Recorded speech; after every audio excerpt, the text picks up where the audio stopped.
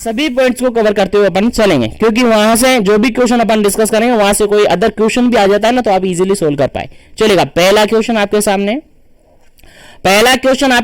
Question कहता है RMNCH plus A stand for, full form आपसे पूछा है, सीधा सा क्वेश्चन है, सिंपल सा क्वेश्चन है, एज इट इज क्वेश्चन पूछा जा सकता है आपके एग्जाम के अंदर। ठीक है, तो सीधा सा क्वेश्चन है कि इसका फुल फॉर्म क्या होता है।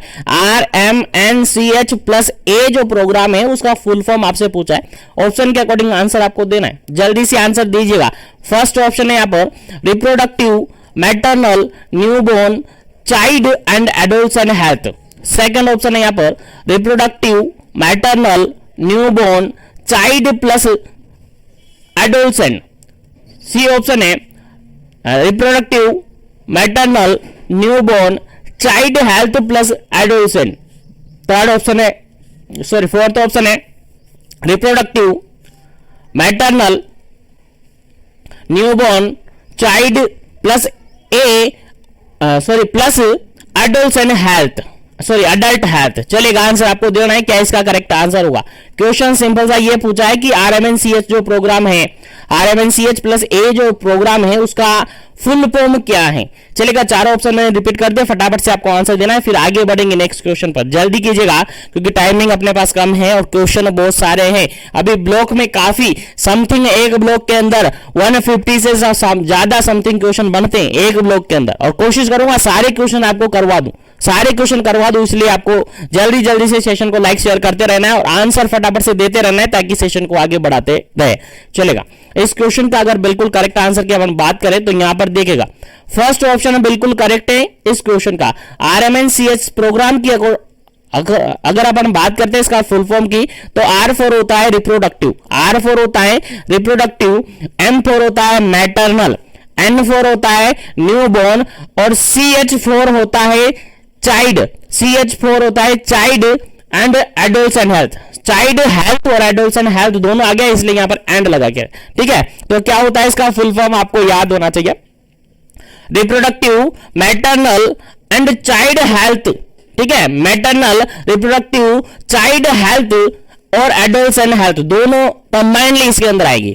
ठीक है, याद रखेगा, इंपॉर्टेंट क्वेश्चन है, कंफ्यूजन नहीं होना। देखेगा अगर किसी ऑप्शन के अंदर प्लस लगा हुआ तो प्लस हट जाता है, क्योंकि प्लस A आपका होता है एडल्ट्स एंड हेल्थ से रिगार्डेड, प्लस A हो जाता है आपका एडल्ट्स एंड हेल्थ। ठीक है, तो प्लस यहां पर लगा हुआ है, प्लस यहां पर लगा हुआ, प्लस यहां पर लगा हुआ, लेकिन फुल फॉर्म के अंदर प्लस नहीं मिलेगा आपको। ठीक है, तो यहां पर समझ में आ गया होगा, reproductive, maternal, newborn, child and adults and health बिल्कुल करेक्ट आंसर है आपका इस क्वेश्चन का। चलेगा, आगे बढ़ जाते हैं, यहां पर आगे बढ़ जाते हैं और नेक्स्ट क्वेश्चन के बारे में डिस्कस करते हैं। ठीक है, चलेगा, आगे बढ़ते हैं।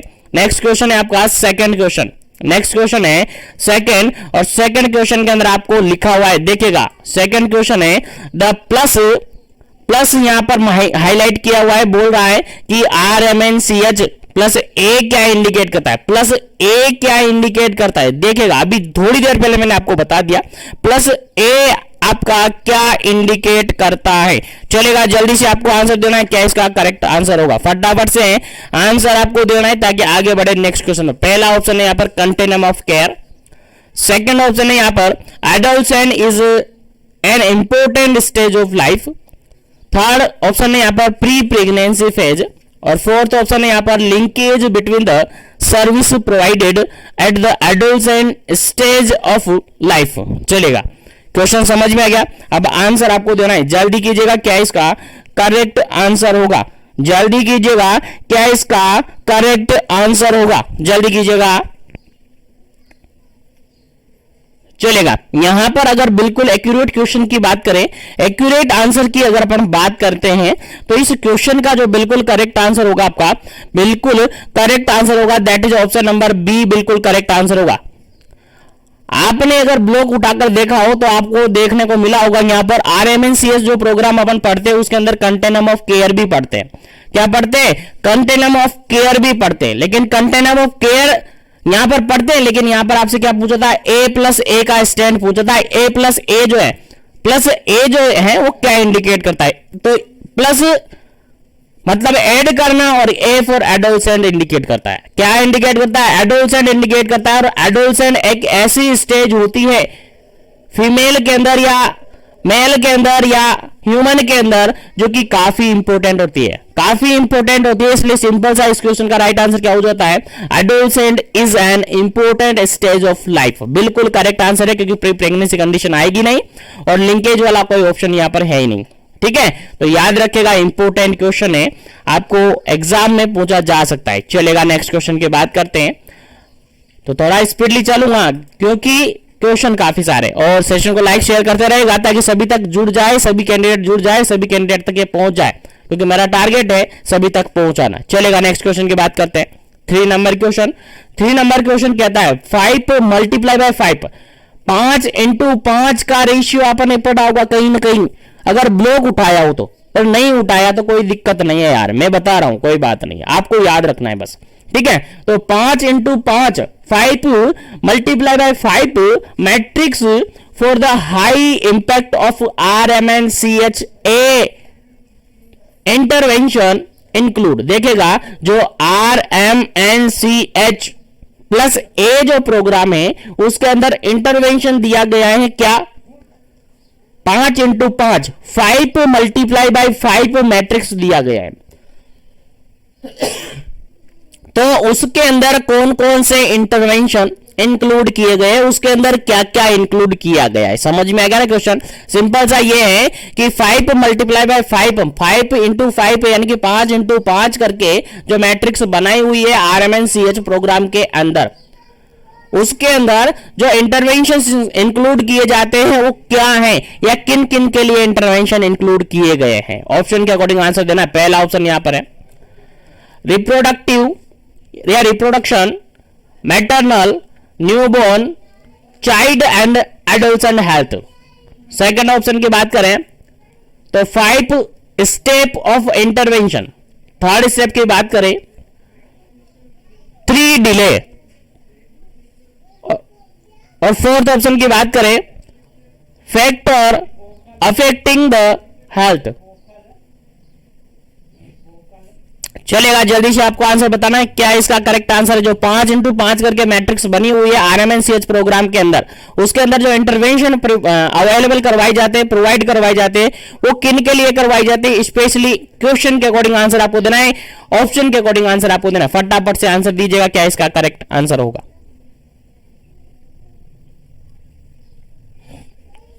चलेगा, इस क्वेश्चन का बिल्कुल करेक्ट आंसर अगर अपन देखें, बिल्कुल करेक्ट आंसर अपन देखें तो ऑप्शन नंबर फर्स्ट बिल्कुल करेक्ट आंसर होगा।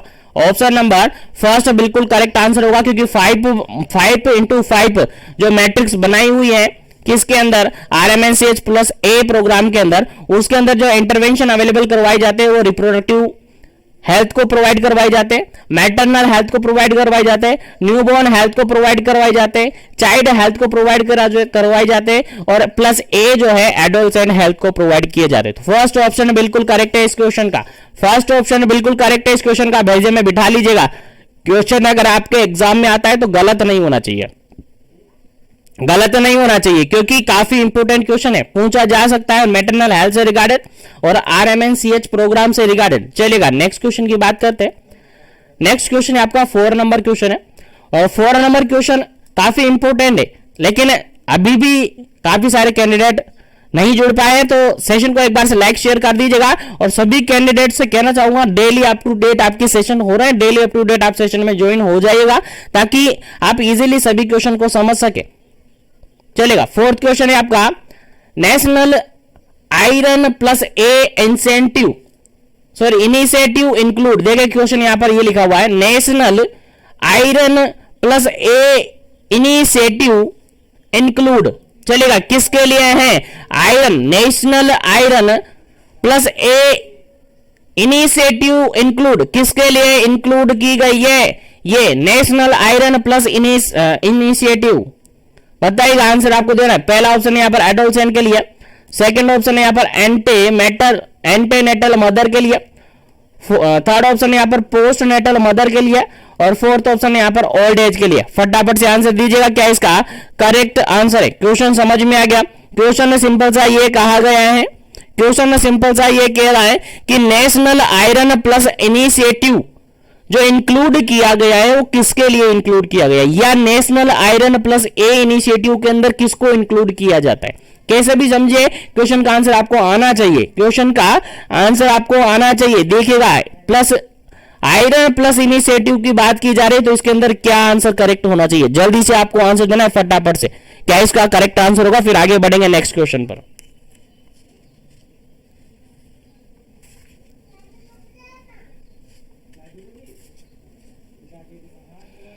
चलेगा, इस क्वेश्चन का अगर बिल्कुल करेक्ट आंसर अपन देखें, बिल्कुल करेक्ट आंसर अपन देखें, national iron plus initiative include, इसके अंदर अगर इंक्लूड अपन करते हैं तो इसका बिल्कुल करेक्ट आंसर होगा ऑप्शन नंबर फर्स्ट होगा। क्या होगा, ऑप्शन नंबर फर्स्ट होगा एडोलसेंट एज। क्या होगा, एडोलसेंट एज। और एडोलसेंट एज जनरली अपन किसको मानते हैं, जनरली अपन 10 to 19 ईयर की जो एज है, एज ग्रुप है, इसको अपन एडोलसेंट एज ग्रुप मानते हैं। क्या मानते हैं, 10 से लेकर 19 साल की जो एज है वो आपकी एडोलसेंट हेल्थ होती है। और एडोलसेंट के अंदर जो नेशनल आयरन प्लस इनिशिएटिव है वो इंक्लूड किया जाता है, या उसके अंदर वो इंक्लूड किया जाता है। क्यों, क्योंकि वहां पर आयरन फोलिक एसिड के टैबलेट्स वगैरह स्टार्ट कर दी जाती है, देना होता है ना। बिल्कुल, एडोलसेंट स्टेज काफी इंपॉर्टेंट होती है ह्यूमन लाइफ के अंदर, ठीक है। तो याद रखिएगा, इंपॉर्टेंट है नेशनल आयरन प्लस इनिशिएटिव, इसके अंदर अगर इंक्लूड करते हैं तो एडोलसेंट को बेसिकली अपन इंक्लूड करते हैं। किसको करते हैं, एडोलसेंट एज ग्रुप को इंक्लूड करते हैं, जो कि एज कितनी होती है, 10 to 19 ईयर की होती है। याद रहे, इंपॉर्टेंट क्वेश्चन है, बिठा लीजिएगा भेजे में। आगे बढ़ते हैं नेक्स्ट क्वेश्चन पर। 6 नंबर क्वेश्चन आपका है, 6 नंबर क्वेश्चन आपका है, काफी इंपॉर्टेंट है। देखिएगा 6 नंबर क्वेश्चन ये कहता है, the community based intervention that address nutritional anaemia amongst adolescent. देखिए सिंपल सा क्वेश्चन यहां पर ये है कि जो कम्युनिटी बेस्ड इंटरवेंशन अपन देते हैं किसके लिए, स्पेशली जो एडोलसेंट स्टेज होती है। जनरली मैंने कहा अपन मैटरनल हेल्थ पढ़ रहे हैं, मैटरनल हेल्थ के अंदर एडोलसेंट हेल्थ का काफी इंपॉर्टेंट होता है, काफी इंपॉर्टेंस होता है, एक काफी इंपॉर्टेंट स्टेज होती है, ठीक है। तो जनरली आपने देखा होगा एडोलसेंट के अंदर एनीमिया की कंडीशन ज्यादा देखने को मिलती है। क्या देखने को मिलती है, एनीमिया की कंडीशन जनरली फ्रीक्वेंटली देखने को मिल सकती है, क्योंकि यहां पर लेडी को आयरन फोलिक एसिड की ज्यादा रिक्वायरमेंट होती है, क्योंकि मेंस्ट्रुअल पीरियड्स आते हैं, मंथली जो मेंस्ट्रुअल साइकिल चलती है उसके कारण से रिस्क रहता है यहां पर कि एनीमिया होने की संभावना होती है। तो काफी इंपॉर्टेंट है। तो यहां पर सिंपल सा यही कहा गया है कि कम्युनिटी बेस्ड जो इंटरवेंशन अपन अवेलेबल करवाते हैं, किसके लिए अवेलेबल करवाते हैं सर, एडोलसेंट एज ग्रुप के लिए। क्यों करवाते हैं, कि उनमें न्यूट्रिशनल एनीमिया कोज नहीं हो। तो स्पेशली उसके अंदर फॉलोइंग ऑप्शन में से क्या करेक्ट होगा, स्पेशली उसमें फॉलोइंग ऑप्शन में से क्या करेक्ट आंसर होगा, आंसर आपको देना है। चलेगा, आंसर आपको देना है। पहला ऑप्शन यहां पर है AWC, सेकंड ऑप्शन है यहां पर NYKS, थर्ड ऑप्शन यहां पर AWC और फोर्थ ऑप्शन यहां पर WIFS। चलेगा, जल्दी से आपको आंसर बताना है क्या इसका करेक्ट आंसर होगा।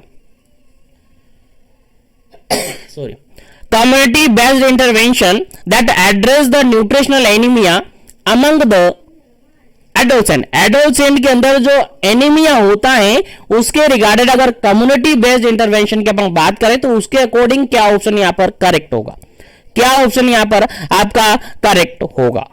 चलेगा, इस क्वेश्चन का अगर बिल्कुल करेक्ट आंसर देखें तो ऑप्शन नंबर डी बिल्कुल करेक्ट आंसर होगा। ऑप्शन नंबर डी बिल्कुल करेक्ट आंसर होगा। क्या है option number D, option number D है WIFS।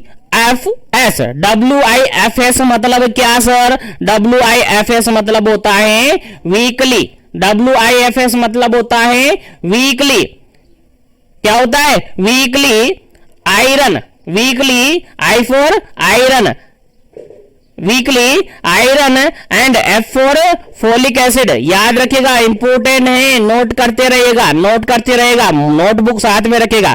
उसके अलावा S for supplement, S for supplement याद रखिएगा। स्पीड से चल रहा हूं, स्पीड से कोशिश कर रहा हूं जल्दी से कवर हो जाए, ठीक है। तो यहां पर कम्युनिटी बेस्ड इंटरवेंशन की अगर अपन बात करें एडोलसेंट के एज ग्रुप में कि उसके अंदर जनरली एनीमिया देखने को मिलती है, तो यहां पर WIFS बिल्कुल करेक्ट आंसर होगा, क्योंकि यहां पर weekly iron and folic acid supplement provide किए जाते हैं किसको, एडोलसेंट एज ग्रुप को। किसको?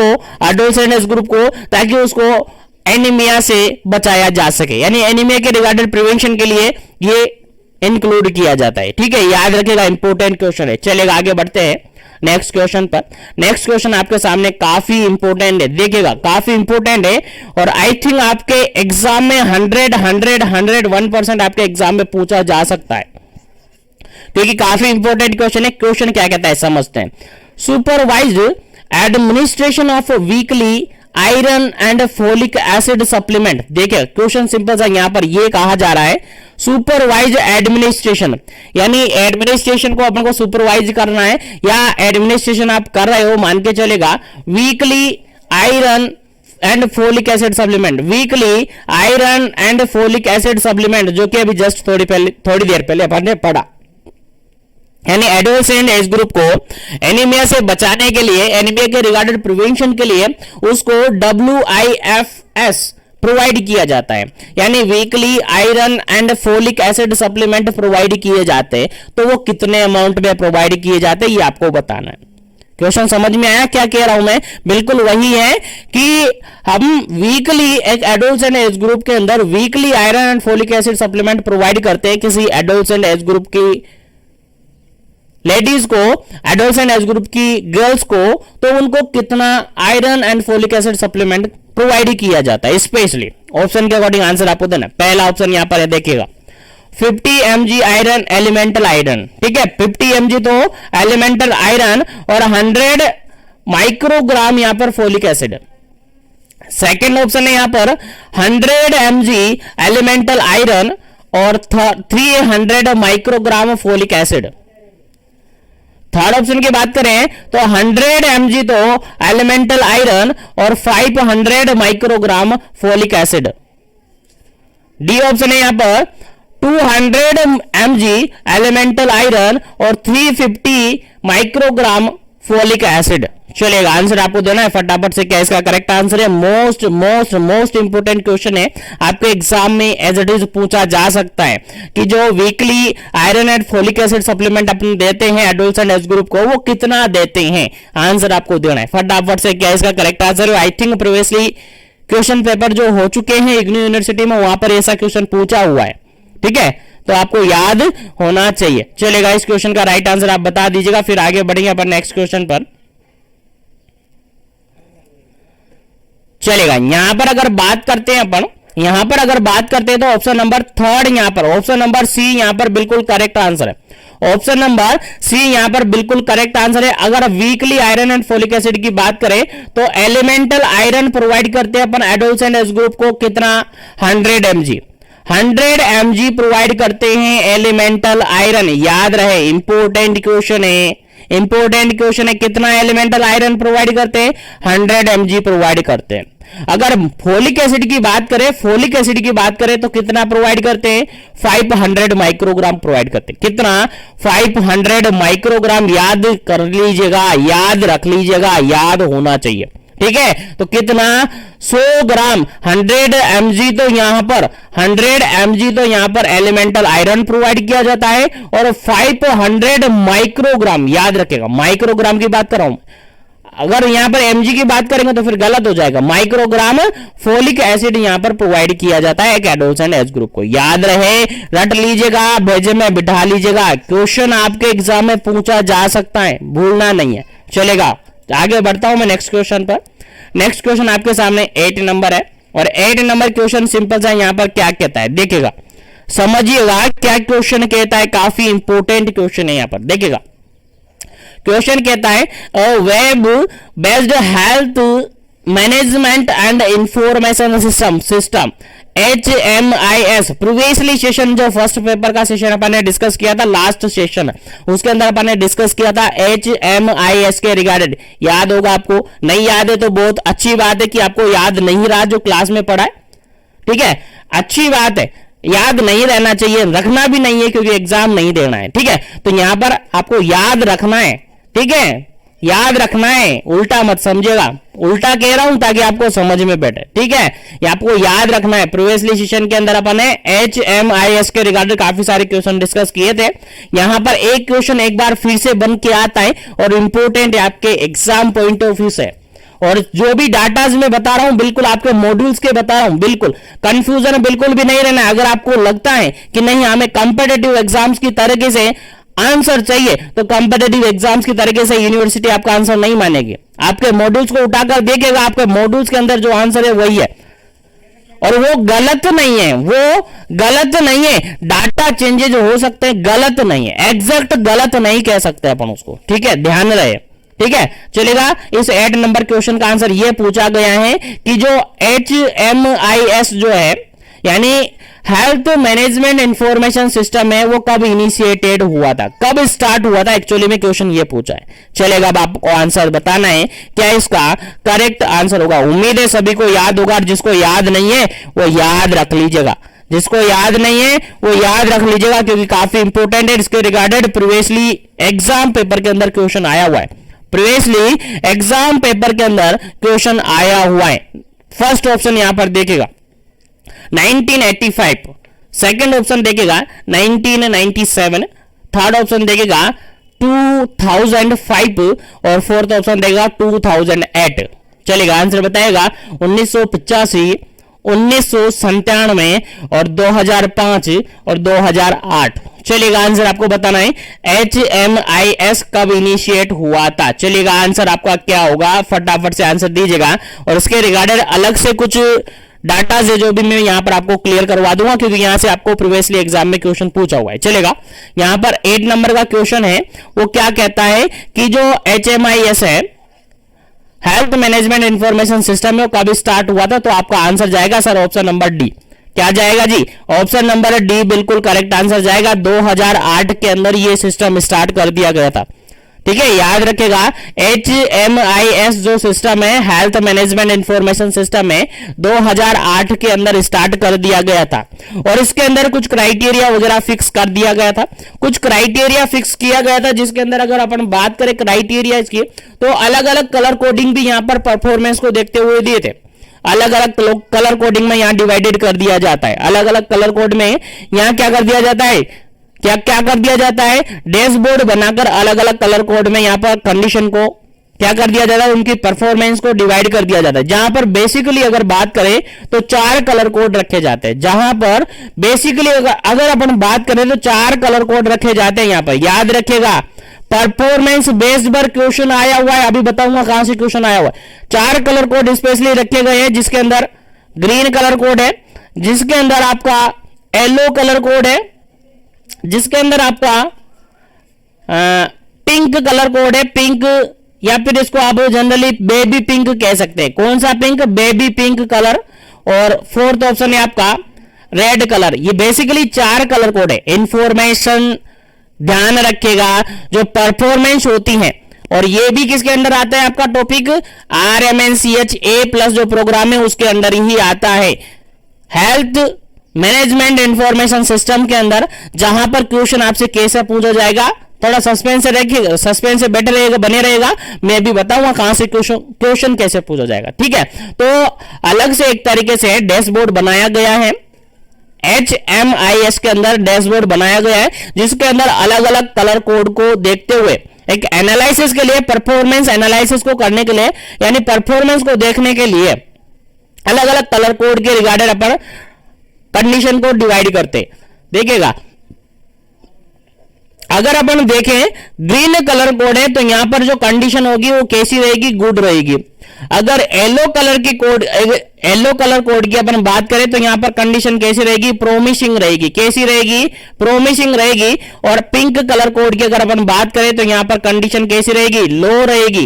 कैसी रहेगी, लो रहेगी या फिर पुअर रहेगी। और रेड की बात अपन करते हैं तो वेरी पुअर रहेगी, वेरी पुअर रहेगी या वेरी लो रहेगी। तो 4 कलर कोड यहां पर डिवाइडेड किए जाते हैं HMIS के अंदर। और प्रीवियसली एग्जाम के अंदर जो मैं कह रहा हूं, बार बार कह रहा हूं, क्वेश्चन पूछा हुआ है आपके एग्जाम के अंदर। कहां से पूछा गया है क्वेश्चन? ये पूछा गया है, क्वेश्चन में ये दिया था कि प्रोमिसिंग कंडीशन है। चलिए प्रोमिसिंग कंडीशन है, चलिए बताइए जो HMIS होता है, हेल्थ मैनेजमेंट इंफॉर्मेशन सिस्टम होता है, उसके अंदर कौन सा कलर कोड इसको दोगे? क्वेश्चन सिंपल सा यही पूछा है, बस एज इट इज पूछा है। प्रीवियसली पेपर आप उठाकर देखेंगे तो उसमें मिल जाएगा आपको। प्रोमिसिंग स्टेज जो होती है, प्रोमिसिंग इंफॉर्मेशन है, प्रोमिसिंग कंडीशन है, तो उसको किस कलर कोड में आप रखोगे? यहां पर बायोमेडिकल वेस्ट मैनेजमेंट का कोड नहीं चलेगा, यहां पर आपको अलग से कोड याद रखना पड़ेगा। अगर याद नहीं है तो याद रख लीजिएगा, मैं सारे कलर कोड आपके सामने रख दिया हूं, इनमें से कोई सा भी क्वेश्चन आपकी एग्जाम में उठा सकता है।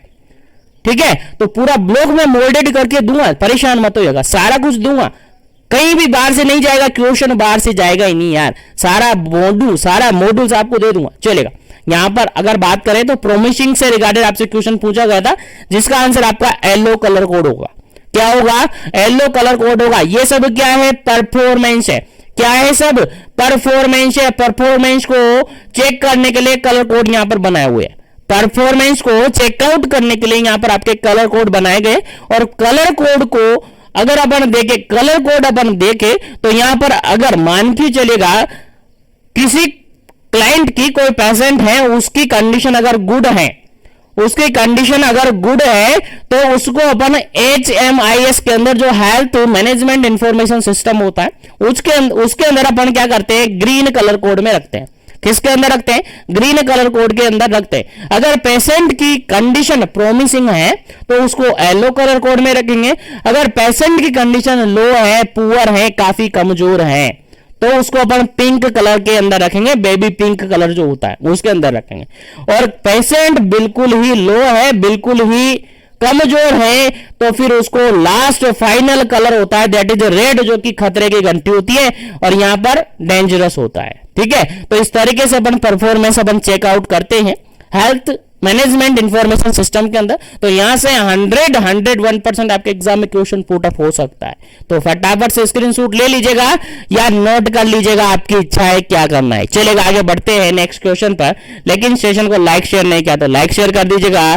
चैनल पर पहली बार विजिट कर रहे हो तो चैनल को सब्सक्राइब कर लीजिएगा, ताकि इसी तरीके से कंटिन्यू सेशन आपको मिलते रहे।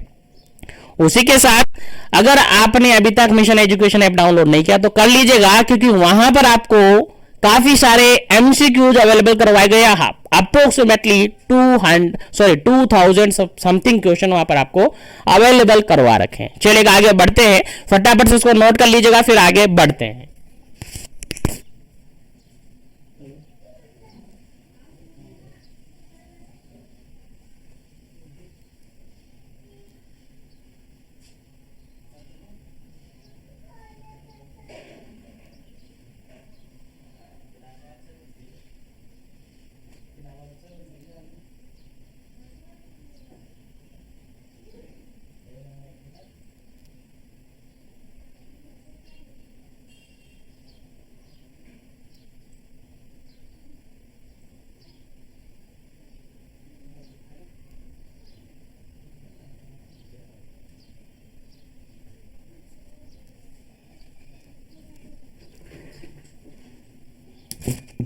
हाँ, तो उम्मीद है ये कलर कोड आपको याद रहेंगे और याद रखने हैं आपको। ठीक है, बिल्कुल काफी इंपोर्टेंट क्वेश्चन है आपके एग्जाम पॉइंट ऑफ व्यू से। आपके मॉड्यूल्स को उठाकर नहीं देखेंगे आप, बिल्कुल आपने, उम्मीद करता हूं किसी ने नहीं देखा होगा। देखने वाले देखते होंगे, पढ़ने वाले पढ़ते होंगे, लेकिन पढ़िएगा, उनको उठाइएगा। अभी 10 दिन आपके पास बचे हैं, काफी कुछ है। वैसे तो मैं सब कुछ दे रहा हूं, लेकिन आपको भी उठाना पड़ेगा। कहीं मेरी गलती आपको मिल जाए, हो सकता है ना कहीं क्वेश्चन में गलत बता दूं, हो जाता है। ऐसा नहीं है कि मुझे गलती नहीं होगी, हो जाती है कभी कभार। तो मॉड्यूल्स को एक बार उठाकर नजर घुमा लीजिएगा, क्योंकि लास्ट टाइम आपका चल रहा है स्पेशली राजस्थान CHOs का। ठीक है, तो याद रखिएगा, इस तरीके से हम किसी भी पेशेंट की, क्लाइंट की क्या कर सकते हैं? परफॉर्मेंस को चेकआउट कर सकते हैं। 3-4 कलर कोड यहां पर बता दिए मैंने। गुड कंडीशन है तो ग्रीन कलर कोड, अगर प्रोमिसिंग कंडीशन तो येलो कलर कोड, और अगर लो कंडीशन है तो पिंक कलर कोड, और अगर वेरी लो है तो फिर उसको रेड कलर कोड के अंदर अपन रखते हैं। चलेगा, आगे बढ़ जाते हैं नेक्स्ट क्वेश्चन पर। नेक्स्ट क्वेश्चन आपका सामने काफी इंपॉर्टेंट है और एज इट इज सबको याद होगा उम्मीद करता हूं, तो ज्यादा टाइम वेस्ट यहां पर नहीं करेंगे। 10 नंबर क्वेश्चन है, IFA का फुल फॉर्म आपसे पूछा है।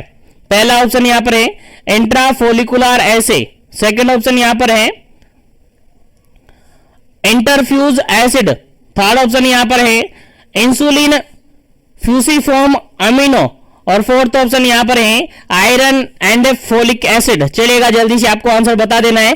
उम्मीद करता हूं सबको याद होगा। अगर ये भी क्वेश्चन आपको याद नहीं है ना तो बहुत कुछ आपको याद नहीं है, बहुत कुछ क्या कुछ भी आपको याद नहीं है, इसलिए आपको याद होना चाहिए। चलेगा, इस क्वेश्चन का बिल्कुल राइट आंसर क्या होता है आपका? ऑप्शन नंबर डी होता है। ऑप्शन नंबर डी बिल्कुल करेक्ट आंसर होता है। आयरन एंड फोलिक एसिड, बिल्कुल IFA का फुल फॉर्म होता है आयरन फोलिक एसिड होता है। चलेगा, आगे बढ़ते हैं नेक्स्ट क्वेश्चन पर।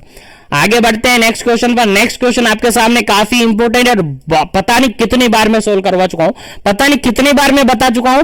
ये भी क्वेश्चन आपका गलत नहीं होना चाहिए, ये भी क्वेश्चन आपका गलत नहीं होना चाहिए। क्वेश्चन सिंपल सा ये है, calculate the BMI body mass index. Body mass index को अपन कैलकुलेट करेंगे तो उसका फॉर्मूला क्या होता है? फॉर्मूला आपसे पूछा है। पहला ऑप्शन यहां पर देखेगा, BMI is equal to height in metre square, height in metre square, height in metre square and weight in KG, weight in KG. Second option यहां पर, सेकेंड ऑप्शन यहां पर BMI is equal to weight in KG, weight in KG और height in metre square. Third option यहां पर है BMI is equal to weight in LBS and height in feet, height in feet. और fourth option है height in KG, height in KG और sorry wait in KG और height इन centimetre square. चलेगा, अब बताइएगा क्या इसका करेक्ट आंसर होगा। उम्मीद करता हूं सभी को याद होगा, जिसको याद नहीं है वो याद रख लीजिएगा। इंपॉर्टेंट क्वेश्चन है, एज इट इज पूछा जा सकता है। चलिएगा, इस क्वेश्चन का बिल्कुल राइट आंसर आपका होता है ऑप्शन नंबर सेकंड बिल्कुल करेक्ट आंसर हो जाता है, क्योंकि अपन BMI कैलकुलेट करते हैं तो BMI कैलकुलेट करने के लिए सिंपल सा फॉर्मूला है आपका जो वेट है, किसी पर्सन का वेट है उसको केजी में अपन रखेंगे और उससे डिवाइड कर देंगे उसकी हाइट का स्क्वायर, उसकी हाइट का स्क्वायर, उसकी हाइट का स्क्वायर किस में रखना है? आपको मीटर में रखना है। हाइट का स्क्वायर किस में रखना है? मीटर में रखना है। तो जनरली अपन कह सकते हैं W/H2 अपन कह सकते हैं, या फिर kg upon m square upon कह सकते हैं। ये फॉर्मूला है आपका BMI कैलकुलेट करने का। याद रहे, इंपॉर्टेंट है। वेट में डिवाइड करेंगे हाइट के स्क्वायर का, वेट केजी में रखना है, हाइट मीटर स्क्वायर में रखना है। इस तरीके से अपन कैलकुलेशन करेंगे तो आपका BMI कैलकुलेट हो जाएगा इजीली। उम्मीद है समझ में आ गया होगा। तो आगे बढ़ जाते हैं नेक्स्ट क्वेश्चन पर।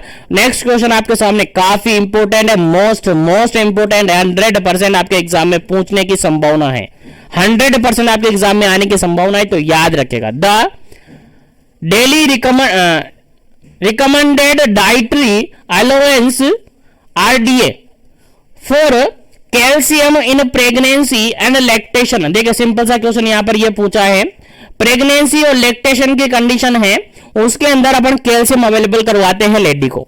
क्या करवाते हैं? कैल्शियम अवेलेबल करवाते हैं लेडी को। तो वो कितना होना चाहिए?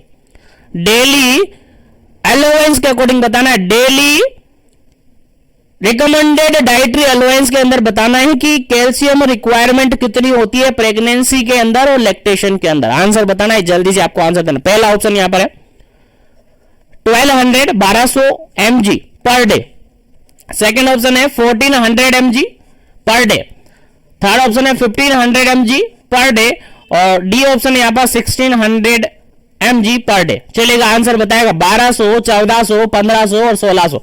चलेगा, फटाफट से आंसर बता दीजिएगा ताकि आगे बढ़े अपन नेक्स्ट क्वेश्चन पर।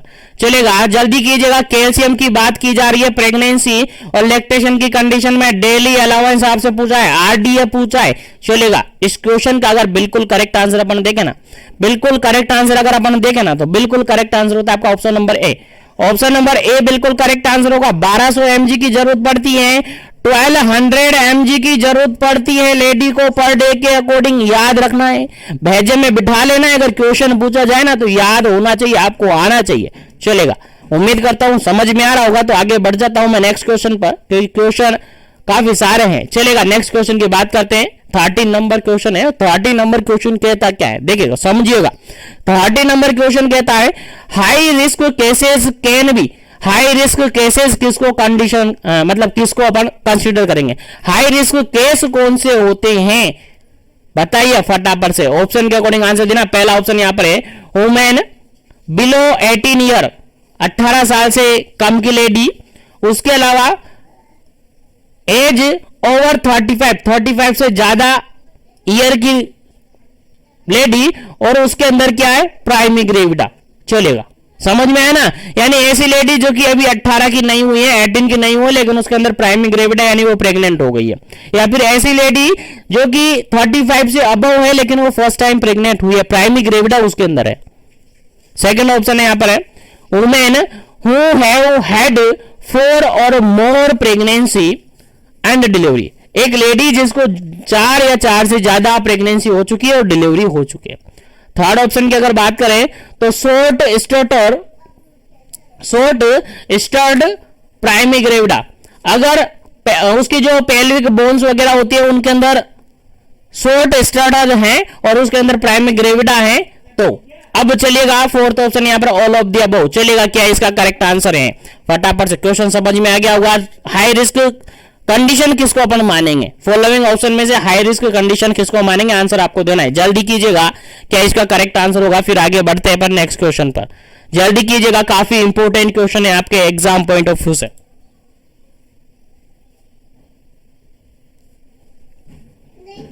चलेगा, इस क्वेश्चन का अगर बिल्कुल करेक्ट आंसर अपन दें, बिल्कुल करेक्ट आंसर अगर अपन दे तो ऑप्शन नंबर डी बिल्कुल करेक्ट आंसर होगा, क्योंकि फॉलोइंग तीनों ऑप्शन यहां पर हाई रिस्क के अंदर कंसीडर किए जा सकते हैं। क्योंकि ऐसी लेडी जो कि 18 की नहीं हुई है, प्रेग्नेंट हो गई है, तो उसके अंदर रिस्क है। ऐसी लेडी जो कि 35 से ज्यादा है लेकिन फर्स्ट टाइम प्रेग्नेंट हुई है, तो उसके अंदर भी रिस्क हो सकता है। उसके अलावा ऐसी लेडी जो कि 4 और 4 से ज्यादा बार प्रेग्नेंट हो चुकी है और उसके अंदर डिलीवरी हो चुकी है, तो वो भी रिस्की हो सकता है। ठीक है, हो सकता है, मे भी हो सकता है, होगा नहीं, हो सकता है। ठीक है, उसके अलावा अगर ऐसी लेडी जिसके अंदर शॉर्ट स्टार्टर देखने को मिल रहा है, प्राइमरी ग्रेविडा है, तब भी उसके अंदर हाई रिस्क हो सकता है। इसलिए आपका डी ऑप्शन बिल्कुल करेक्ट आंसर हो जाता है इस क्वेश्चन का। चलेगा, उम्मीद है समझ में आ गया होगा। तो आगे बढ़ जाते हैं नेक्स्ट क्वेश्चन पर। नेक्स्ट क्वेश्चन आपका 14 नंबर क्वेश्चन क्या कहता है, समझिएगा, काफी इंपॉर्टेंट क्वेश्चन है, आपको आना चाहिए, समझ में आना चाहिए, बैठना चाहिए भेजे में, दिमाग में। चलेगा, क्वेश्चन क्या कहता है समझते हैं। क्वेश्चन ये कहता है points include the birth preparedness. देखिएगा, बर्थ प्रिपेयर्डनेस, देखिएगा बर्थ होने से पहले यानी डिलीवरी से पहले जो प्रिपेयर्डनेस की जाती है, जो तैयारी की जाती है, वही बर्थ प्रिपेयर्डनेस के नाम के से जानी जाती है। यानी उसी को क्या कहते हैं अपन, बर्थ प्रिपेयर्डनेस अपन कहते हैं। प्रिपेयर होना है, पहले से ही प्रिपेयर रहना है, तो उसके अंदर कौन सा पॉइंट मेंशन होगा, उसके अंदर कौन सा पॉइंट आएगा, या बर्थ प्रिपेयर्डनेस के अंदर क्या क्या इंक्लूड करेंगे। पहला ऑप्शन यहां पर देखेगा, identification of palace of birth and skilled birth attendant. ठीक है, सबसे पहले आइडेंटिफाई करेंगे अपन पैलेस को, कहां पर बर्थ करवाना है। उसके अलावा जो भी अटेंडेंट है उसके स्किल्स को अपन देख लेंगे। उसके अलावा फोर्थ और सेकंड ऑप्शन है यहां पर encourage institutional delivery. Institutional delivery को बढ़ावा देना है। सी ऑप्शन है यहां पर locate nearest functional first referral unit, और लोकेट आसपास की जो फर्स्ट रेफरल यूनिट है, सीएससी है, पीएससी है, जहां पर 24/7 जो पीएससी है वहां पर रेफरल है। उसके अलावा ऑल ऑफ दी अबव। चलेगा, क्या इसका करेक्ट आंसर है, किसको इंक्लूड करेंगे अपन बर्थ प्रिपेयर्डनेस के अंदर। चलेगा, जल्दी से आंसर दीजिएगा, क्या इसका करेक्ट आंसर होगा।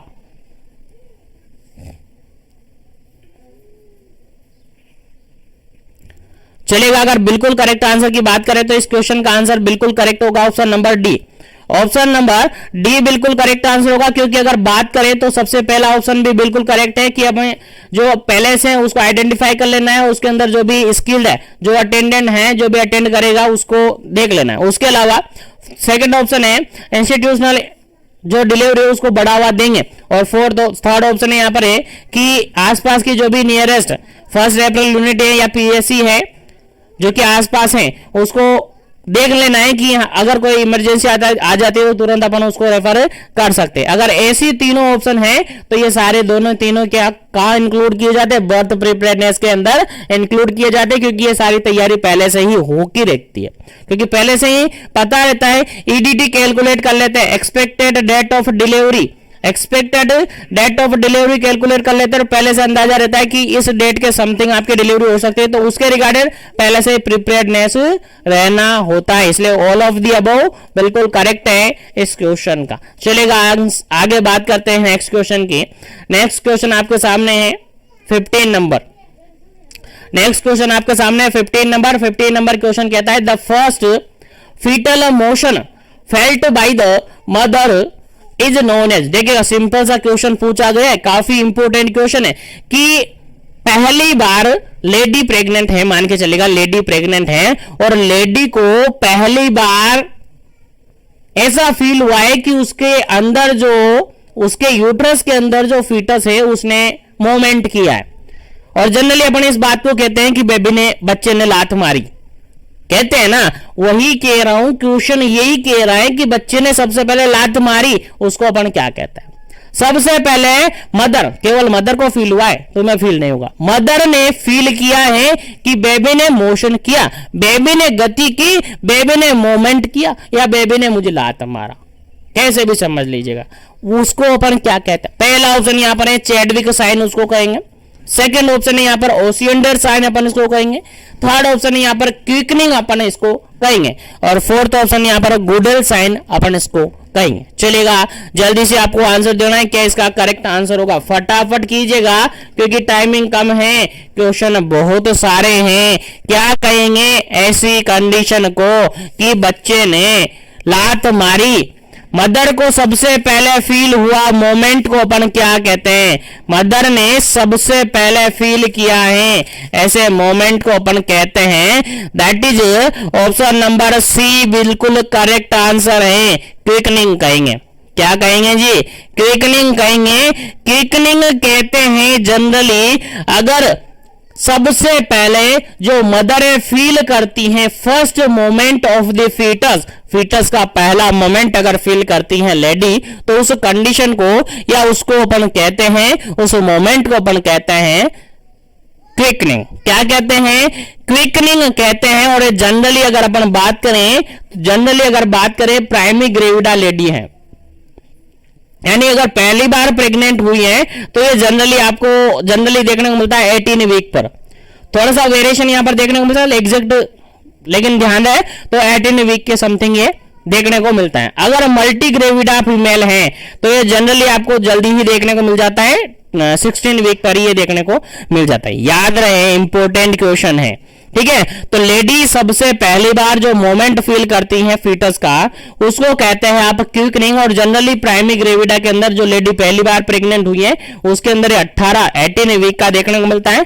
और जो लेडी मल्टी ग्रेविडा है यानी 2 से 3 बार वो प्रेग्नेंट हो चुकी है, उसके अंदर ये 16 वीक पर ही देखने को मिल जाता है। याद रहे, इंपोर्टेंट क्वेश्चन है, आपको आना चाहिए, समझ में आना चाहिए। चलिएगा आगे बात करते हैं नेक्स्ट क्वेश्चन की, लेकिन उससे पहले यहाँ पर कुछ साइन है उसको अपन देख लेते हैं, क्योंकि ये भी प्रेगनेंसी कंडीशन में देखने को मिलते हैं। देखिएगा चैडविक साइन क्या होता है, चैडविक साइन क्या होता है, तो जनरली अपन इसको कहते हैं चैडविक साइन मतलब होता है bluish discoloration, bluish discoloration of cervix, cervix का ब्लूइश डिसकलरेशन होना, सर्विक्स का क्या होना, ब्लूइश डिसकलरेशन होना, that is Chadwick sign. Cervix का ब्लूइश डिसकलरेशन है, दैट इज चैडविक साइन। और ये समथिंग आपको देखने को मिल जाता है 8 वीक पर। कब देखने को मिल जाता है, 8 वीक पर देखने को मिल जाता है। अगर अपन ओशिएंडर साइन की बात करें, ओशिएंडर साइन की बात करें तो यहां पर इंक्रीज वेजाइनल पल्सेशन देखने को मिलता है, इंक्रीज वेजाइनल पल्सेशन देखने को मिलता है। याद रखिएगा, पल्सेशन देखने में जो वेजाइना के अंदर जो पल्सेशन है वो क्या हो जाता है, इंक्रीज होता है। और ये भी समथिंग आपको 8 वीक के समथिंग देखने को मिल जाता है। अगर बात करें गुडल साइन की, अगर अपन बात करें गुडल साइन की, तो गुडल साइन होता है सॉफ्टनिंग ऑफ सर्विक्स, सर्विक्स का सॉफ्ट हो जाना गुडल साइन होता है। और ये समथिंग देखने को मिलता है आपको 6 वीक पर। क्या देखने को मिलता है? 6 वीक पर। फटाफट से स्क्रीनशॉट बना लीजिएगा। आगे बढ़ते हैं नेक्स्ट क्वेश्चन पर। और जो भी कैंडिडेट पहली बार विजिट कर रहे हैं चैनल पर, चैनल को जरूर से सब्सक्राइब कर लीजिएगा ताकि इसी तरीके से कंटिन्यू सेशन आपको मिलता रहे। चलेगा, उम्मीद है समझ में आ गया होगा। तो क्विकनिंग फर्स्ट टाइम मोमेंट होता है फीटस का, जो कि मदर फील करती है, जो कि अगर नहीं मदर फील करती है। अगर चैडविक साइन की बात करें तो ब्लूइश डिस्कलरेशन ऑफ सर्विक्स, जो कि 8 वीक पर देखने को मिलता है। ओसेंडर साइन की बात करें तो वेजाइनल के अंदर जो पल्सेशन होता है वो इंक्रीज होता है, ये भी 8 वीक के समथिंग होता है। गुडल साइन की बात करें तो सॉफ्टनिंग ऑफ सर्विक्स होता है, दैट इज 6 वीक में देखने को मिल जाता है। उम्मीद है समझ में आ गया होगा। तो बढ़ता हूं मैं आगे नेक्स्ट क्वेश्चन पर।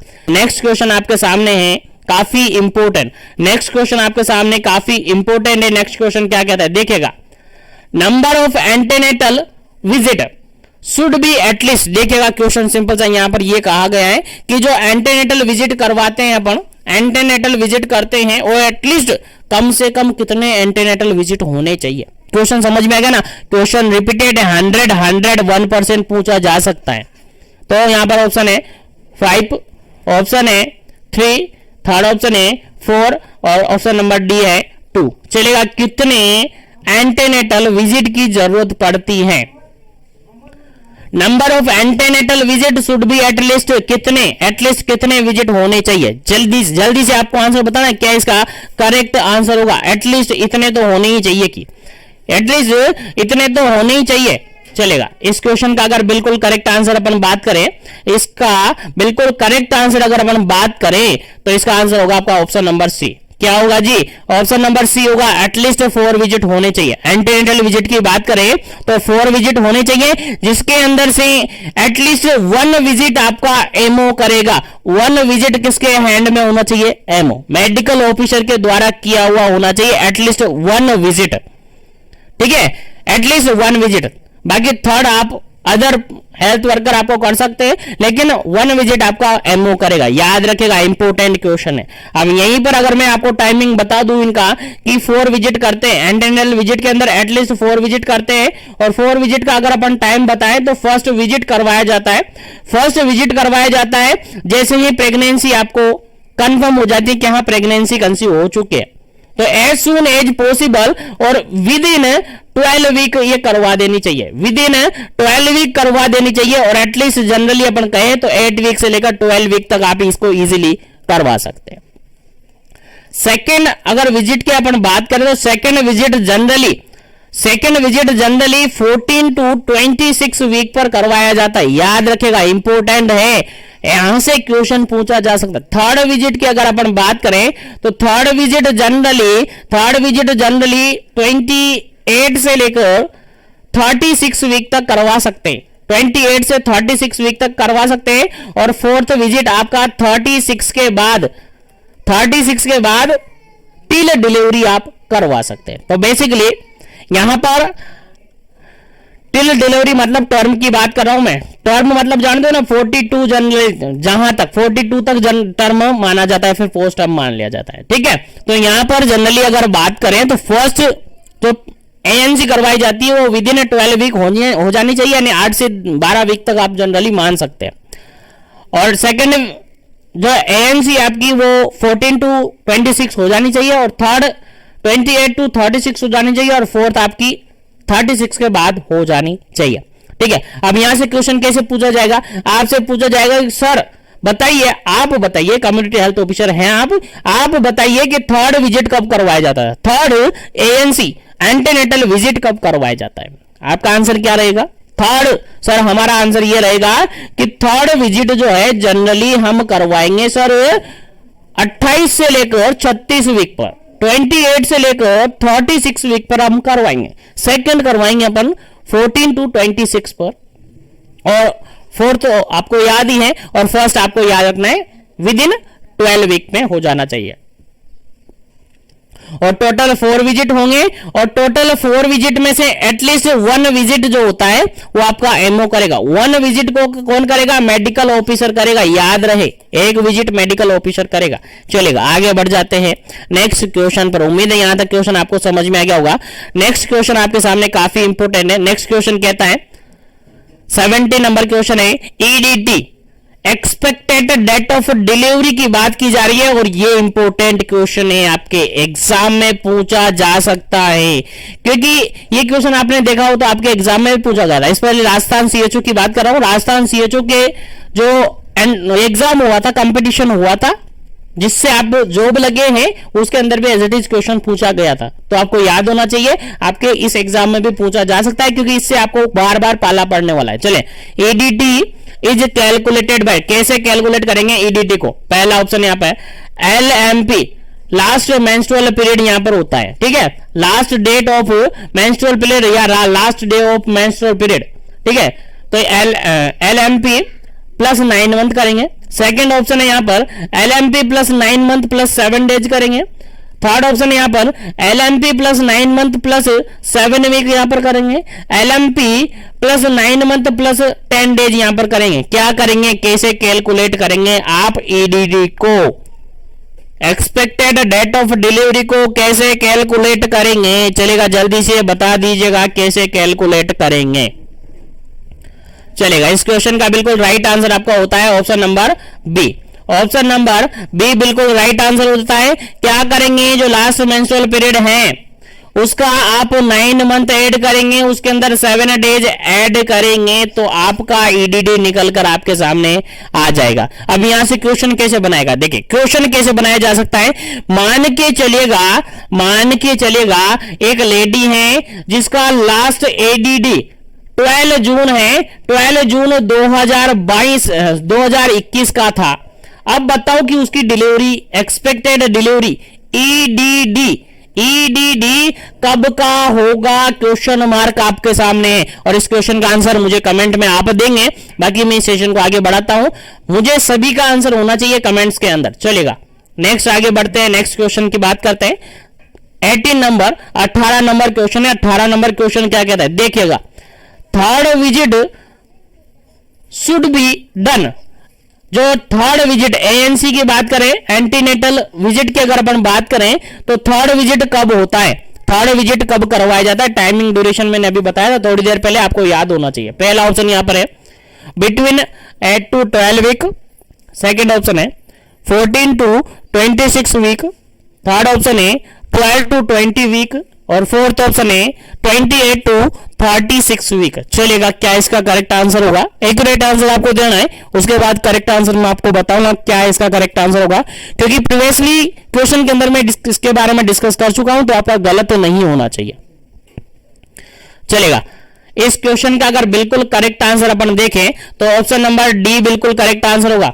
ऑप्शन नंबर डी बिल्कुल करेक्ट आंसर होगा, जो कि कितना 28 से लेकर 36, 28 से लेकर 36 याद रहे। आपको बताया था, मैं एक बार फिर से मेंशन कर दूं, फर्स्ट विजिट हो जाना चाहिए विद इन आपका 12 वीक, 12 वीक के अंदर हो जाना चाहिए। बात करें तो 8 से लेकर 12 वीक में हो जाना चाहिए, 8 to 12 वीक के अंदर हो जाना चाहिए। सेकंड वीक की अगर बात करें तो 14 to 26 वीक के अंदर हो जाना चाहिए, और थर्ड विजिट की अगर बात करें तो ये 28 से लेकर 36 वीक के अंदर हो जाना चाहिए, और फोर्थ विजिट की बात करें तो ये 36 के बाद हो जाना चाहिए। ये सारे विजिट है आपको याद होने चाहिए, सारे विजिट है आपको याद होने चाहिए। नहीं याद है तो याद रख लीजिएगा, क्योंकि एग्जाम में पूछा जा सकता है, इसलिए याद होना चाहिए। थर्ड विजिट करवाया जाता है आपका 28 से लेकर 36 वीक पर, याद रहे, इंपोर्टेंट ही। चलिएगा, आगे बढ़ते हैं नेक्स्ट क्वेश्चन पर। नेक्स्ट क्वेश्चन आपके सामने 29 नंबर क्वेश्चन है। 29 नंबर क्वेश्चन क्या कहता है, देखिएगा, समझिएगा। 29 नंबर क्वेश्चन कहता है second visit antenatal visit should be done. Second antenatal visit कब करवाया जाता है, आप बताओ।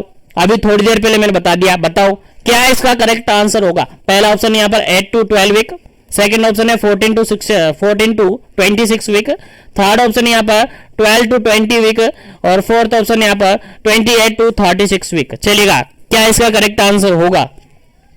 सेकंड वीक की बात की जा रही है, अभी बताया मैंने, अब गलत नहीं होना चाहिए, बिल्कुल क्या करेक्ट आंसर होगा। सेकंड वीक की अगर अपन बात करें, सॉरी सेकंड एंटीनेटल केयर की अगर हम बात करें, एंटीनेटल विजिट की बात अपन करें, तो ये जनरली होता है आपका ऑप्शन नंबर बी 14 to 26। अभी बार बार बताया हूं, 14 से लेकर 26 वीक तक आप सेकंड विजिट करेंगे।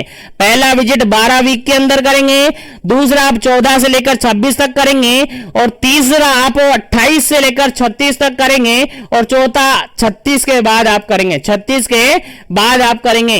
याद रख लीजिएगा यार, याद रखना पड़ेगा, क्वेश्चन कहीं से भी उठकर आ सकता है। चलेगा, आगे बढ़ते हैं नेक्स्ट क्वेश्चन पर। उम्मीद करते हैं याद हो रहा होगा, उम्मीद करते हैं समझ में आ रहा होगा। चलेगा, नेक्स्ट क्वेश्चन है आपका सामने 20 नंबर। नेक्स्ट क्वेश्चन है आपके सामने 20 नंबर, और 20 नंबर क्वेश्चन कहता है, देखिएगा 20 नंबर क्वेश्चन कहता है reason of fundal height less than the period of gestation, less than the period of gestation. Simple सा क्वेश्चन ये है कि आपको कारण बताना है कि जो फंडल हाइट है वो लेस देन रह रही है गेस्टेशन पीरियड, यानी नॉर्मल से भी कम रह गई है। फंडल हाइट अपन ने पढ़ी थी अलग अलग, याद हो तो आपको फंडल हाइट कहां पर कितनी होगी, प्रीवियसली सारे सेशन आप देखे होंगे तो आपको पता होगा। जब हम एंटीनेटल केयर से रिगार्डेड टॉपिक्स पढ़े थे, थ्योरेटिकल पढ़े थे अपन, लेकिन उसमें काफी अच्छी तरीके से अपन ने डिस्कस किया था। तो क्वेश्चन यहां पर यह है कि एंटीनेटल केयर एंटीनेटल केयर के अंदर अपन डिस्कस किया था फंडल हाइट, तो हमने कहा था कि एक फिक्स ड्यूरेशन में जेस्टेशनल पीरियड के अकॉर्डिंग फंडल हाइट फिक्स्ड होती है ना, बिल्कुल क्या होती है, फिक्स्ड होती है। लेकिन जो जेस्टेशनल पीरियड है उसके अकॉर्डिंग फंडल हाइट नहीं है, क्या है, कम हो रही है। लेस देन है देखने को मिल रही है, लेस देन नॉर्मल देखने को मिली है, तो ऐसी किस कंडीशन में देखने को मिलेगी? पहला ऑप्शन यहां पर मल्टी प्रेगनेंसी के अंदर देखने को मिलेगी, सेकंड ऑप्शन यहां पर लार्ज बेबी के अंदर देखने को मिलेगी, थर्ड ऑप्शन यहां पर मिस्ड अबॉर्शन के अंदर देखने को मिलेगी, फोर्थ ऑप्शन यहां पर पॉलीहाइड्रोअमनियास के अंदर देखने को मिलेगी। चलिएगा, क्या इसका करेक्ट आंसर होगा? जल्दी से आपको आंसर बताना है, देखिएगा जल्दी से आपको आंसर बता। देखिए यहां पर मैं क्वेश्चन का आंसर आपको बताऊं, देखिए एलिमिनेशन लगाएंगे तो भी इजीली निकल जाए। आपको पता है, देखिएगा मल्टी प्रेगनेंसी अगर है तो फंडल हाइट बढ़ेगी कि कम होगी? सर बढ़ेगी, कम नहीं होगी। सर बेबी बड़ा है तो बढ़ेगी कम होगी? सर बढ़ेगी। अगर पॉलीहाइड्रोअमनियास है, एमनियोटिक फ्लूइड ज्यादा है तो बढ़ेगी कि कम होगी? बढ़ेगी। आपसे पूछा क्या है? Less than. लेस किस में? अरे सर एबॉर्शन हो चुका है तो लेस देन ही तो देखने को मिलेगी। ऑप्शन नंबर सी आपका करेक्ट हो जाएगा, ऑप्शन नंबर सी आपका करेक्ट हो जाएगा, क्योंकि एबॉर्शन हो चुका है। एबॉर्शन की कंडीशन में फंडल हाइट बढ़ेगी नहीं बल्कि क्या हो जाएगी? कम हो जाएगी। तो लेस देन यहां पर देखने को मिलेगी। उम्मीद है समझ में आ गया होगा। तो आगे बढ़ जाते हैं नेक्स्ट क्वेश्चन पर, आगे बढ़ जाते हैं नेक्स्ट क्वेश्चन पर। और जो भी कैंडिडेट पहली बार चैनल पर विजिट करे, चैनल को जरूर से सब्सक्राइब कर ले, ताकि इसी तरीके से कंटिन्यू सेशन आपको मिले, आपको मिले और किसी तरीके से आप पढ़ते रहे। चलिएगा, नेक्स्ट क्वेश्चन आपका 21 नंबर क्वेश्चन है। और 21 नंबर क्वेश्चन क्या कहता है? देखिएगा 21 नंबर क्वेश्चन आपका कहता है reason of fundal height is more than the period of gestation except करके आपको बताना है। एक्सेप्ट करके आपको बताना है कि एक लेडी है, उसके अंदर फंडल हाइट नॉर्मल से ज्यादा देखने को मिलेगी, नॉर्मल से ज्यादा देखने को मिलेगी उसके गेस्टेशन पीरियड के अकॉर्डिंग, लेकिन उसके अंदर एक्सेप्ट करके आपको बताना है। मतलब कि सभी ऑप्शन यहां पर फंडल हाइट को बढ़ाएंगे, सभी ऑप्शन यहां पर क्या करेंगे? फंडल हाइट को ज्यादा दिखाएंगे, लेकिन एक ऑप्शन ऐसा रहेगा जो कि फंडल हाइट को लेस देन दिखाएगा। तो लेस देन कौन दिखाएगा वो आपको आंसर देना है। फटाफट से आंसर दीजिएगा, क्या इसका करेक्ट आंसर है? समझ गए ना?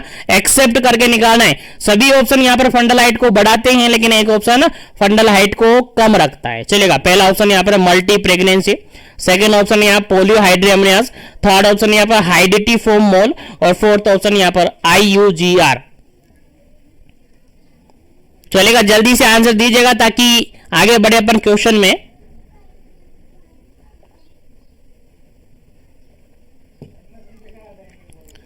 चलेगा, इस क्वेश्चन का अगर बिल्कुल राइट आंसर देखें तो देखिए मल्टी प्रेगनेंसी में मैंने क्या बोला था कि फंडल हाइट बढ़ेगी, बिल्कुल फंडल हाइट बढ़ेगी। पॉलीहाइड्रोअमनियास है तो फंडल हाइट बढ़ेगी, बिल्कुल सही है।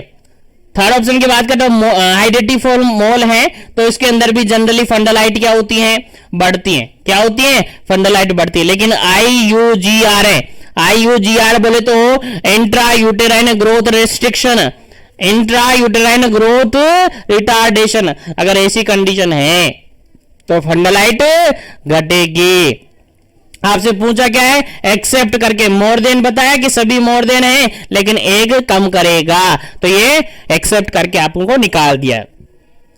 क्वेश्चन का राइट आंसर क्या हो जाता है, option number D correct answer हो जाता है। चलेगा आगे बढ़ते हैं नेक्स्ट क्वेश्चन पर। उम्मीद है क्वेश्चन समझ में आ रहे होंगे आपको, उम्मीद है क्वेश्चन समझ में आ रहे होंगे। समझ में आ रहे तो फटाफट से लाइक शेयर कर दीजिएगा ताकि सभी तक पहुंच जाए। सेशन सभी तक पहुंचना चाहिए क्योंकि मेरा टारगेट आपको पूरा करना है। मैं आपको 100% दे रहा हूं, आप भी 100% लीजिएगा, दूसरों को भी 100% दिलाइएगा। चलेगा नेक्स्ट क्वेश्चन की बात करते हैं। 22 नंबर क्वेश्चन है और 22 नंबर क्वेश्चन कहता है all pregnant women needed to given 1 tablet of folic acid. देखिए क्वेश्चन यहां पर सिंपल सा ये पूछा है कि प्रेग्नेंट वुमेन है, उसको अपन फोलिक एसिड की टेबलेटमेंट देंगे, फोलिक एसिड की टेबलेट देंगे तो उसका अमाउंट कितना होगा। समझ में आ रहा है ना, यानी यार सिंपल सा क्वेश्चन ये कह रहा है, ऑप्शन के अकॉर्डिंग देख लीजिएगा कि प्रेगनेंसी है किसी लेडी को, अब उसको आयरन और फोलिक एसिड सप्लीमेंट आप दे रहे हो, कितना दोगे। चलेगा आंसर आपको देना है, क्या इसका करेक्ट आंसर होगा, आंसर आपको देना है, क्या इसका करेक्ट आंसर होगा। जल्दी कीजिएगा, पहला ऑप्शन यहां पर है 50 mg elemental iron and 0.5 mg folic acid sorry. उसके अलावा बी ऑप्शन है यहां पर 100 mg elemental iron and 0.5 mg folic acid. Third option यहां पर है 150 mg elemental iron and 1.5 mg folic acid. Fourth option है 200 mg elemental iron and 1.0 mg folic acid. चलिएगा जल्दी से आपको आंसर बताना है, क्या इसका करेक्ट आंसर होगा। जल्दी कीजिएगा, क्या इसका करेक्ट आंसर होगा।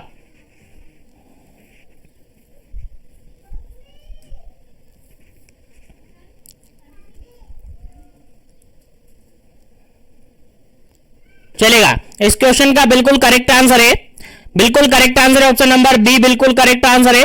यहां पर अपन देते हैं 100 mg एलिमेंटल आयरन, उसके अलावा 0.5 mg फोलिक एसिड। देखिएगा आपने थोड़ी देर पहले इसी सेशन के अंदर मैंने पढ़ाया था कि ये कितना 500 माइक्रोग्राम देते हैं, 500 माइक्रोग्राम देते हैं। एडोलसेंट के अंदर पढ़ा था ना, एडोलसेंट के अंदर पढ़ा था, बिल्कुल वही अमाउंट आपको याद रख लेना है, वही अमाउंट याद रख लेना है। यहां पर माइक्रोग्राम और mg दोनों में आ सकता है, यहां पर माइक्रोग्राम में नहीं है, यहां पर किस में, mg में। mg में कन्वर्ट करेंगे तो 0.5 mg हो जाएगा, अगर इसी को माइक्रोग्राम में अपन कन्वर्ट करेंगे तो 500 हो जाएगा। बाकी ये तो एलिमेंटल आयरन तो सेम है, एलिमेंटल आयरन तो सेम है, वो भी वहां पर 100 mg था, यहां पर भी 100 mg है, पीछे का भी सेम है, लेकिन mg और माइक्रोग्राम को आपको थोड़ा सा कन्वर्ट करना आना चाहिए, कंफ्यूजन नहीं रखना है। बिल्कुल करेक्ट आंसर हो जाता है आपका ऑप्शन नंबर बी। चलेगा आगे बढ़ते हैं नेक्स्ट क्वेश्चन पर, और नेक्स्ट क्वेश्चन काफी इंपॉर्टेंट है, मोस्ट इंपॉर्टेंट क्वेश्चन है।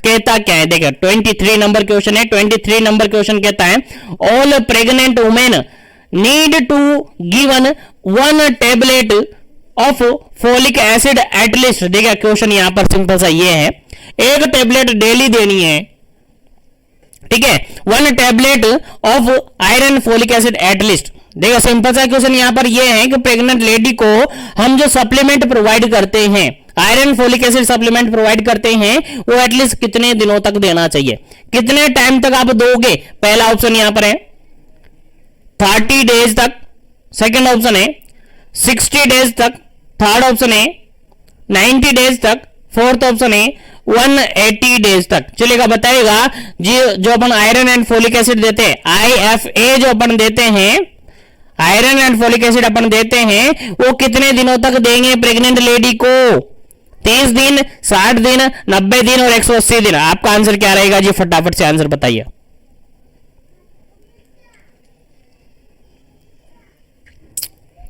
चलेगा। इस क्वेश्चन का अगर बिल्कुल करेक्ट आंसर कहे पर ऑप्शन नंबर डी बिल्कुल करेक्ट आंसर होगा। कितना देंगे जी? 180 दिन देंगे। 180 दिन बोले तो कितना महीना हो गया सर? 6 मंथ हो गया। कितना हो गया सर? 6 मंथ हो गया ना। 6 मंथ तक, 6 महीने तक हम क्या करेंगे? 6 महीने तक क्या करेंगे? लेडी को आयरन एंड फोलिक एसिड अपन देंगे। याद रहे कितना देंगे? 6 महीने तक देंगे। कितना? 6 महीने तक देंगे, यानी 180 दिन तक अपन लेडी को iron and folic acid provide करते रहेंगे। याद रहे, इंपॉर्टेंट क्वेश्चन है, पूछा जा सकता है आपके एग्जाम में। चलेगा, नेक्स्ट क्वेश्चन की बात करते हैं। और नेक्स्ट क्वेश्चन यहां पर सिंपल सा ये है, नेक्स्ट क्वेश्चन यहां पर सिंपल सा ये है, इफ वुमेन इज एनीमिक, एक लेडी है जो कि एनीमिया है उसको ऑलरेडी, और उसके अंदर पेलर देखने को मिल रहा है, she need the iron and folic acid, उस लेडी को कितनी आयरन और फोलिक एसिड की जरूरत पड़ती है? कितने आयरन और फोलिक एसिड की जरूरत पड़ेगी? चलेगा, आंसर आपको बताना है। क्या इसका करेक्ट आंसर होगा? क्या इसका करेक्ट आंसर होगा? जल्दी कीजिएगा। आयरन फोलिक एसिड की बात करें तो कितना आयरन फोलिक एसिड टेबलेट उसको दिया जाएगा? क्या 100 दिया जाएगा? क्या उसको 150 दिया जाएगा? क्या उसको 200 दिया जाएगा? क्या उसको 300 दिया जाएगा? चलेगा, जल्दी से आपको आंसर बताना है। ध्यान रहे, एनीमिक की बात की जाए, अगर नॉर्मल की बात किया जाए तो नॉर्मल में कितना दिया जाता है? 100 दिया जाता है। याद रहे, 100 दिया जाता है। लेकिन एनीमिया ऑलरेडी पेशेंट को हो चुका है, ये तो नॉर्मल की कंडीशन में दिया जाता है, लेकिन एनीमिया पेशेंट को हो रखा है तो उसको कितना दिएंगे? आपका आंसर क्या रहेगा? फटाफट से आंसर कमेंट कीजिएगा। चलेगा, बिल्कुल करेक्ट आंसर होगा इसका ऑप्शन नंबर सी, बिल्कुल करेक्ट आंसर होगा। 200 होगा। कितना होगा जी? 200 होगा। ये क्वेश्चन हमने एक सेशन के अंदर, आई थिंक काफी टाइम हो चुका है उस सेशन को, वहां पर हमने इस क्वेश्चन का आंसर कुछ आई थिंक 100 बताया होगा, है ना? तो वहां पर आप एक बार करेक्ट कर लीजिएगा, क्योंकि थोड़ा सा करेक्शन वहां पर करना है। ठीक है, थोड़ा सा करेक्शन वहां पर कर लीजिएगा। बाकी यहां पर इसका करेक्ट आंसर यही रहेगा। अगर नॉर्मल कंडीशन की बात करें तो 100 टेबलेट दिए जाते हैं, लेकिन एनीमिया ऑलरेडी उसको हुआ है, एनीमिया हो रखा है, तो फिर उसको कितना दिया जाएगा? 200 दिया जाएगा। कितना दिया जाएगा? 200 दिया जाएगा। याद रखिएगा आप, अगर क्वेश्चन पूछा जाए प्रोफाइलेटिक, देखिए 2 वर्ड यहां पर यूज कर सकते हैं। अगर क्वेश्चन में सीधा सा नहीं देकर 2 वर्ड यूज करें, अगर क्वेश्चन में यूज करें प्रोफाइलेटिक, क्या यूज करें? प्रोफाइलेटिक अगर यूज करें कि प्रोफाइलेटिक के लिए अपन यूज करेंगे तो कितना? 100 टेबलेट। अगर कहे कि थेराप्यूटिक रूप से यूज करना है, किस रूप में? थेराप्यूटिक रूप से अपन यूज करना है, तो फिर आपका आंसर जाएगा 200 टेबलेट। याद रखेगा, इंपॉर्टेंट है। अगर प्रोफाइलेटिक यानी प्रिवेंशन के लिए ले रहे तो 100 mg, मतलब 100 टेबलेट। और अगर थेराप्यूटिक मतलब उसके अंदर कोई कंडीशन हो चुकी है, उसके बाद उसको थेराप्यूटिक रूप से, थेराप्यूटिक इफेक्ट के लिए ले रहे हैं, तो फिर 200 टेबलेट यहां पर देनी पड़ेगी। चलेगा, उम्मीद है समझ में आ गया होगा। तो आगे बढ़ते हैं नेक्स्ट क्वेश्चन पर। सेशन को लाइक शेयर करते रहिए ताकि इसी तरह से कंटिन्यू सेशन आपको मिलते रहेंगे। चलेगा, और सभी तक पहुंचना चाहिए, सभी का बेनिफिट होना चाहिए। चलेगा, 25 नंबर क्वेश्चन है। 25 नंबर क्वेश्चन कहता क्या है? समझिएगा, कहता है anaemia during the pregnancy is confirm when the haemoglobin level is less than. देखिएगा, ये क्वेश्चन आपके जो आपने सीएचओ, स्पेशली राजस्थान सीएचओ की बात करूं तो सीएचओ का जो एग्जाम आपने दिया था उसके अंदर ये क्वेश्चन आया था, और आपने गलत भी किया था, काफी सारों ने किया था। ठीक है, तो गलत नहीं करना है, सही से आंसर इसका कमेंट करना है आपको कि एनीमिया कब कंसीडर करेंगे? प्रेगनेंसी कंडीशन है और लेडी के अंदर आपने हीमोग्लोबिन लेवल चेक किया है, और अगर उस लेडी का कितना हीमोग्लोबिन लेवल, यानी किससे कम हीमोग्लोबिन लेवल कम हो जाएगा कि अपन उसको कह देंगे कि उसको एनीमिया हो गया है। ठीक है, तो कितनी हीमोग्लोबिन पर या किससे कम हीमोग्लोबिन हो जाए तो उस लेवल पर अपन एनीमिया खोज करते थे। पहला ऑप्शन यहां पर है 11 ग्राम पर डीएल, सेकेंड ऑप्शन है 10 ग्राम पर डीएल, थर्ड ऑप्शन है 13 ग्राम पर डीएल, और फोर्थ ऑप्शन है यहां पर 12 ग्राम पर डीएल। चलेगा, यहां पर 2 ऑप्शन तो आपको नॉर्मल लग रहे हैं, यार ये तो नॉर्मल है, ये तो नॉर्मल है, इनको हटा देता हूं मैं। 2 ही ऑप्शन आपके पास है और इन दोनों में ही गलत करके आए थे, इन दोनों में ही गलत ऑप्शन आप चूज किए थे। काफी सारे चूज किए थे 10, काफी सारे चूज किए थे 11, तो जो 11 चूज किए थे वो नॉर्मल, वो सही है, वो राइट है, क्योंकि जैसे ही 11 से कम हो जाता है हम पेशेंट को क्या कह देते हैं, एनीमिक कह देते हैं। क्या कह देते हैं, एनीमिक कह देते हैं। 10 वहां पर गलत था, ठीक है। तो इस क्वेश्चन का राइट आंसर क्या हो जाता है, 11 ग्राम। फर्स्ट ऑप्शन बिल्कुल करेक्ट आंसर है। जैसे ही 11 ग्राम से कम हो जाता है तो हम कह देते हैं कि उस पेशेंट को, उस पर्सन को, उस लेडी को क्या है, एनीमिया है।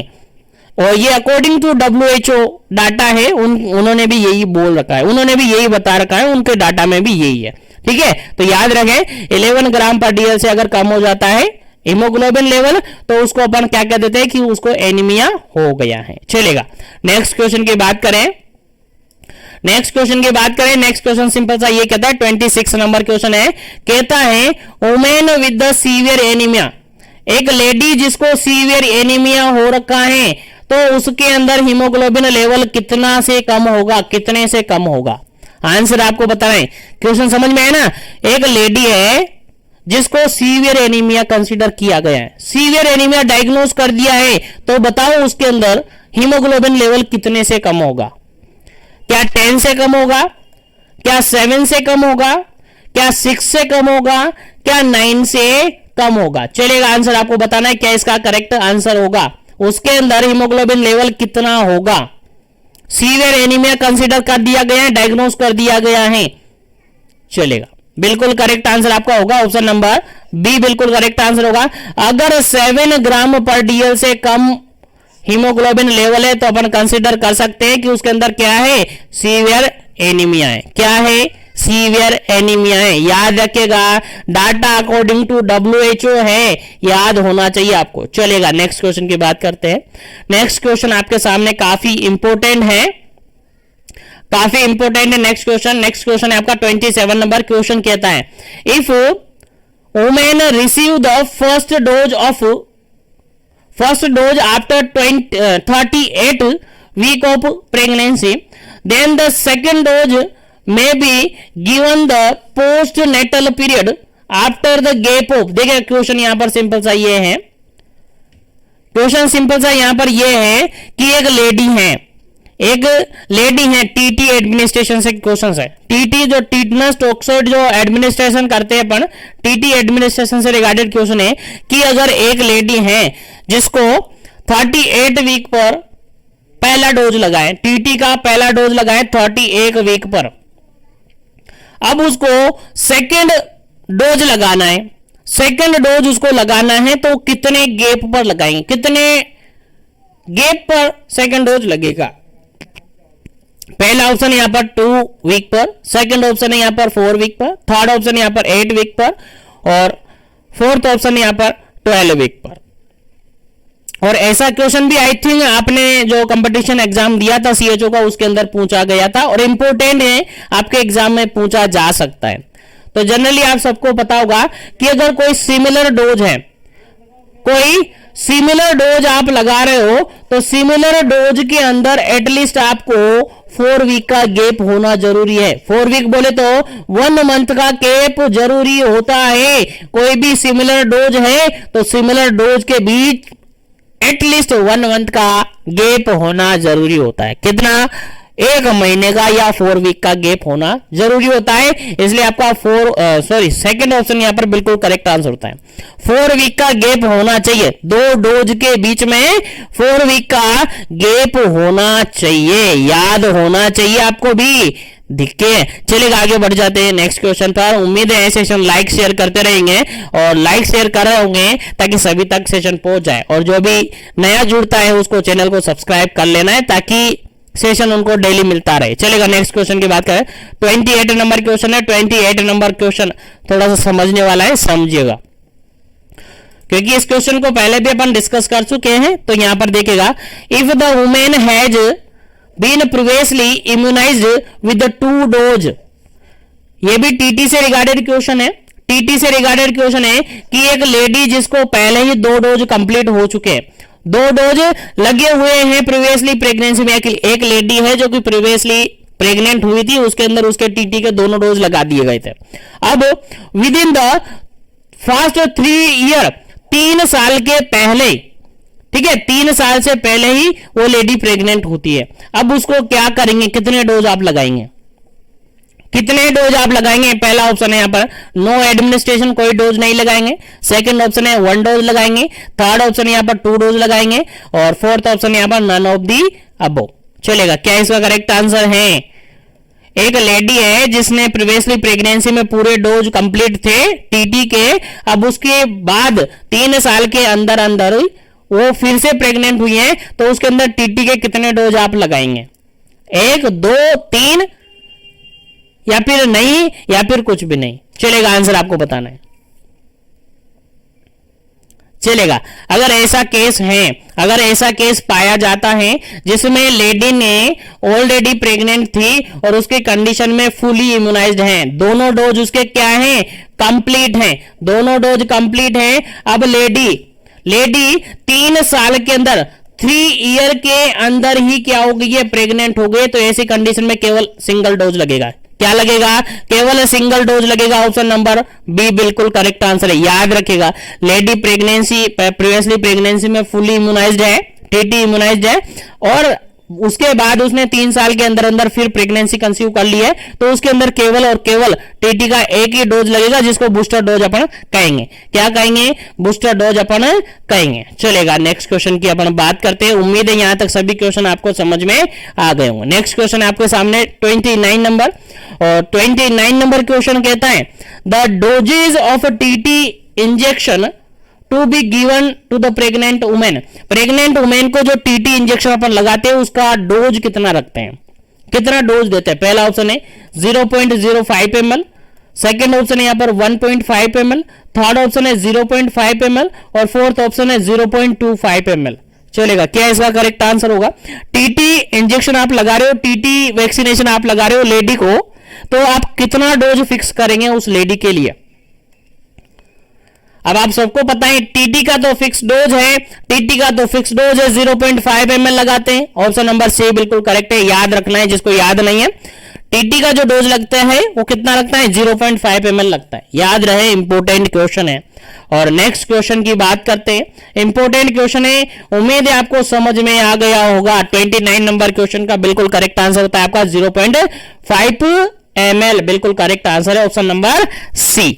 चलेगा, आगे बढ़ते हैं और नेक्स्ट क्वेश्चन की अपन बात करते हैं। और एक बात और यहां पर आपको याद हो जानी चाहिए, टीटी का जो इंजेक्शन लगाया जाता है वो आईएम रूट से लगाया जाता है। याद रखेगा, इंट्रामस्कुलर रूट से लगाया जाता है, भूलना नहीं है, इंपॉर्टेंट है।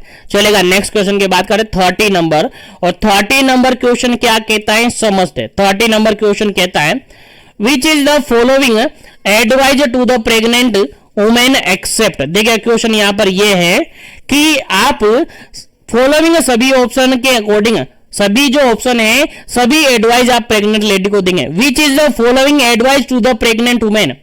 प्रेग्नेंट वुमेन को आप सारी एडवाइस देंगे, लेकिन एक ऐसी एडवाइस है जो आप नहीं देंगे, यानी एक्सेप्ट करके आपको निकालना है। यानी सभी एडवाइस प्रेग्नेंट लेडी को आप देंगे, लेकिन एक एडवाइस प्रेग्नेंट लेडी को आप कभी भी नहीं देंगे। तो वो कौन सी एडवाइस नहीं देंगे? पहला ऑप्शन यहां पर exercise for 10 to 15 minutes. Ladies से कहेंगे कि आपको लाइट एक्सरसाइज करनी है। लाइट एक्सरसाइज मतलब 10 से 15 मिनट एक्सरसाइज कर ली, फिर आपने 2 से 3 मिनट वेट कर लिया, मतलब रेस्ट कर लिया, उसके बाद फिर एक्सरसाइज कर ली, ऐसे आप बताएंगे। उसके अलावा सेकंड ऑप्शन है यहाँ पर सीजेशन ऑफ स्मोकिंग, आपको स्मोकिंग बंद करना पड़ेगा, ये भी एडवाइस देंगे। उसके अलावा थर्ड ऑप्शन है एक्सपोजर टू रेडिएशन, रेडिएशन से एक्सपोज होना पड़ेगा। फोर्थ ऑप्शन है यहाँ पर wear loose and comfortable cloth, cotton cloth. चलेगा, आपको क्या करना है? लूज और कंफर्टेबल क्लॉथ पहनना पड़ेगा।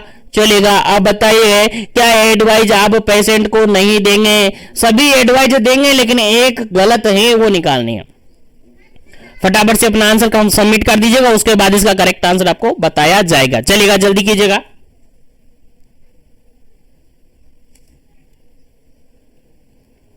चलिए, इस क्वेश्चन का अगर बिल्कुल करेक्ट आंसर अपन देखें तो ऑप्शन नंबर डी बिल्कुल ऑप्शन नंबर सी बिल्कुल करेक्ट आंसर है, क्योंकि ये एडवाइस आप पेशेंट को, लेडी को कभी नहीं देंगे। लेडी को कह सकते हैं कि एक्सरसाइज करो आप 10 से 15 मिनट एक्सरसाइज करो, 2 से 3 मिनट वापस वेट कर लो, मतलब रेस्ट कर लो, उसके बाद फिर से आप कर सकते हो। उसके अलावा स्मोकिंग आपको बंद करना ही पड़ेगा। उसके अलावा आप लेडीज से कहेंगे कि आपको लूज और कंफर्टेबल क्लोथ पहनने पड़ते हैं, ठीक है, पहनने चाहिए, ये एडवाइस आप देंगे। लेकिन लेडी को कभी ये एडवाइस नहीं देंगे कि आपको एक्सपोजर होना पड़ेगा।